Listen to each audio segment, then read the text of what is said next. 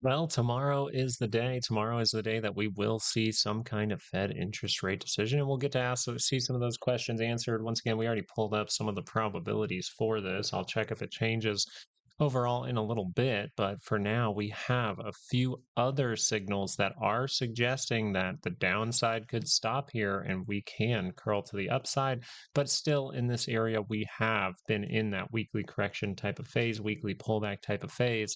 So we're going to have to look for some things going into tomorrow and some big confirmations that we're going to show you in this video and get you those daily expected moves. Note that the way that the bulls can come back is right here, right now. This is why this week we've heavily been saying, and you probably saw over the weekend us saying that this is kind of the last hope for the bulls. The last hope for the bulls is while we are by that center line for the SPY, we can curl up into positive territory.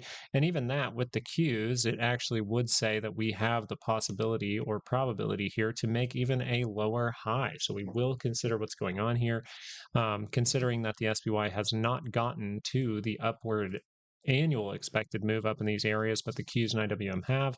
We will still suggest that if we curl up here, there's always a shot that we start to squeeze through and get to those points in the near future. So still paying attention to both sides, but as of right now, you are seeing some interesting signals, and we're going to go over those first. The first of those signals being volatility. Volatility has some major reversals here, suggesting a weekly correction, weekly pullback, and it seems right now we are weekly pulling back.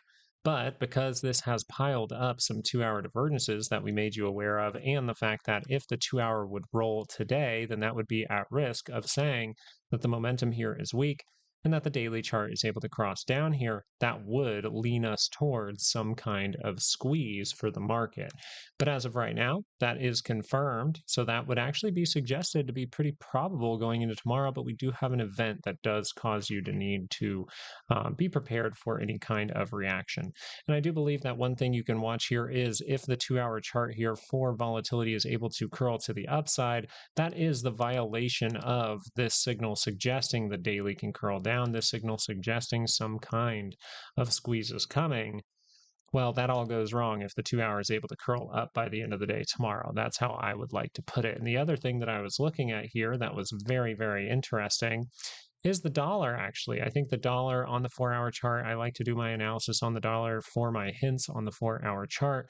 And we notice that the 4 hour chart did make a form of divergence, and we have confirmed that. So if the dollar is going to back off in some fashion, does that mean that we actually did not pull off this squeeze to the upside for the dollar, and therefore we are not going to see some kind of weekly correction? We have to adapt as the market changes, and we notice that this 4 hour divergence is there, so it will be something to keep on your radar going into the next few sessions. Probably most likely going to be, hey, I want to keep track of this by tomorrow. How does the dollar continue here? It violates the divergence. It's able to curl up on the 4 hour chart before it is able to go completely negative. That would be a violation of those signals. So we went through the VIX, we went through the dollar, and I think these are some things that have developed over the last, say, 24 hours since we last spoke here on YouTube.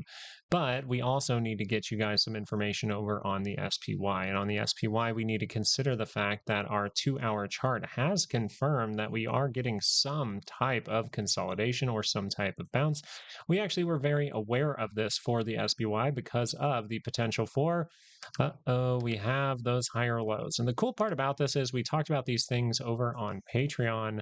But something interesting was that I didn't point out on Patreon, weirdly enough, is you actually have more of a divergence on the futures here for the 2 hour chart.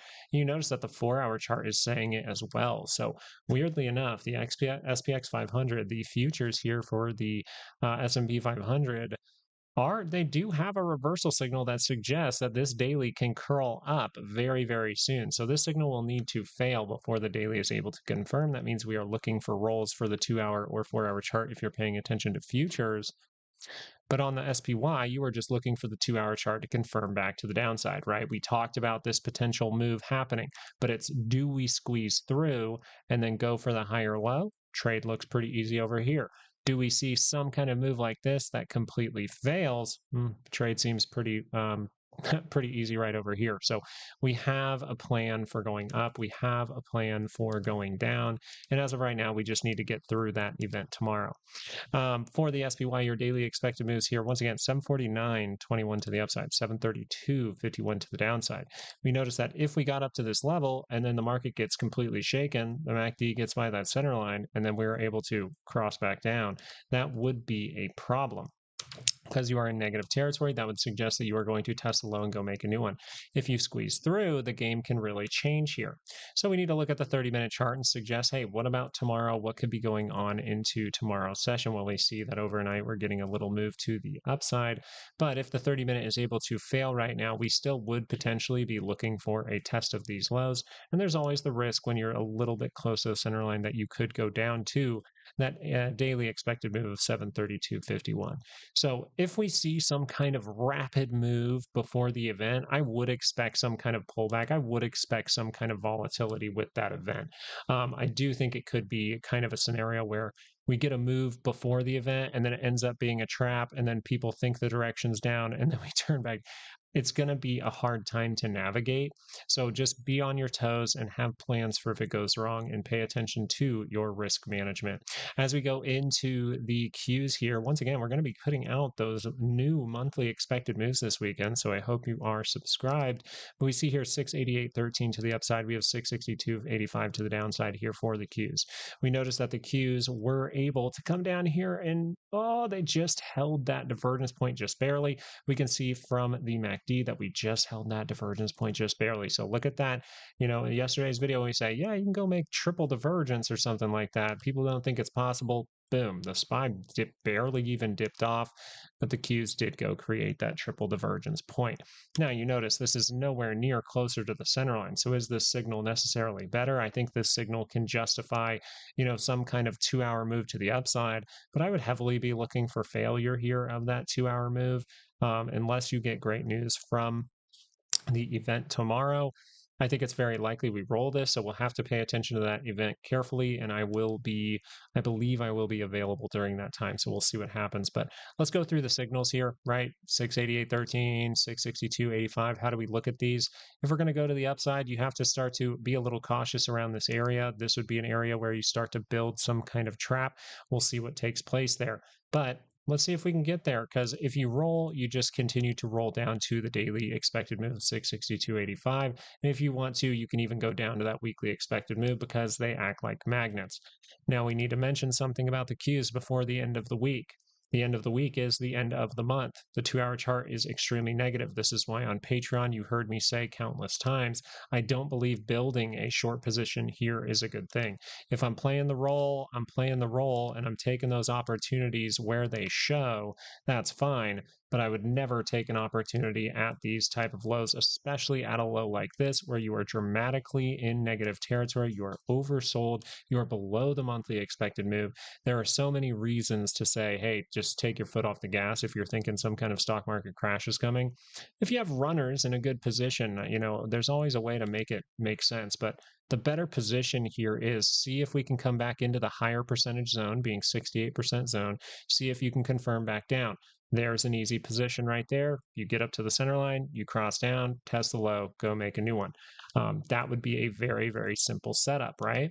But if we look at the other direction, okay, well, what if we see some kind of squeeze? Well, if we see some kind of squeeze like this, we don't chase at a high. We look for some kind of pullback down into here, and then we see that 2-hour higher low, and then we go off to the races. So it is very simple to make a plan with this type of price action because the Qs are outside of the monthly, because they are oversold in some fashion. So I wanted to mention it.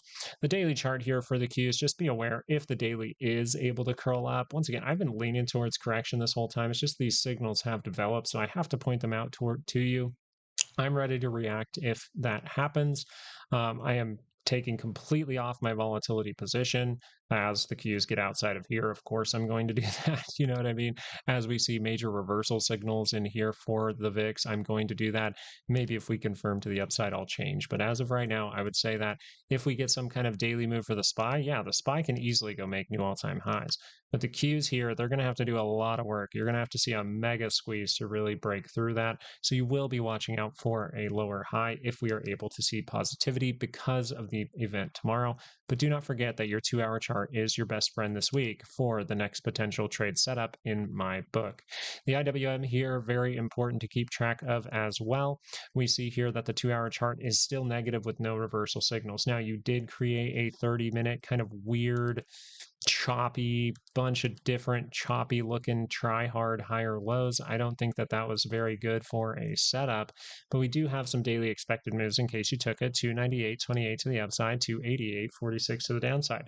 If the 2 hour chart is able to curl down, well, then maybe we can actually follow the 30-minute first and say, hey, if that 30-minute crosses down, yeah, we'll look for a sneaky higher low, but it's pointing directly towards negative territory. It's pointing directly towards 288.46. But if the 2 hour chart is able to extend here, we see the very obvious resistance here. If we can squeeze through, get to that daily expected move of 298.28, we pull back down to that area, we might be off to the races by OpX. So I just want you to know that things can pivot in either direction from this type of position. You have some signals suggesting we are going to continue the selling, but you are starting to pile up a few more signals that are suggesting that a bottom is definitely possible here. Those signals being volatility on the 2 hour chart, those signals being the dollar showing you a 4 hour divergence like the daily can reverse down. And lastly, I would more so be looking at the futures. I would be looking at the 4 hour chart right here showing a divergence suggesting the daily can curl up. I would be looking at even the NASDAQ right now, or I'm sorry, well, the NAS 100, and just say, hey, yeah, there's not a steady divergence here on the MACD, but all the other signals I'm seeing are so nice that if I'm holding any kind of reversal and you see how significant this is on the US 100, yeah, you're going to want to just be watching out if these things confirm, because at least you should see a counter move here. And not only to mention that, but also to mention that it looks like the daily pullback for Bitcoin could be summing up soon. So we have major reversal signals for Bitcoin. Is Bitcoin going to boom while the market completely weekly corrects? It's happened before, but I think I just want to bring to your attention that maybe all this stuff just starts to squeeze to the upside. So I showed you those confirmations. I showed you where the good trade setups are. The good trade setups are the 2 hour chart. I believe that patience here is a virtue. I believe that patience for the first move leading into the second move will be a good trade. I believe that if you want downside, patience in this move to see it confirm back down in negative territory are the two best ways to really look at this market for opportunities. Hey guys, I had to run through this a little bit quickly, but I thank you guys so much for watching this video. I hope that these levels turn out to be helpful for you. I'll try to put out some information throughout the day tomorrow and maybe closer to the event, but I hope you guys have a great rest of your night, and there's links down in the description if you would like to start learning tonight, going on some kind of journey to become better at technical analysis to make yourself more successful. There are some things down there in the description. So thank you guys so much. Have a great rest of your night, and peace out.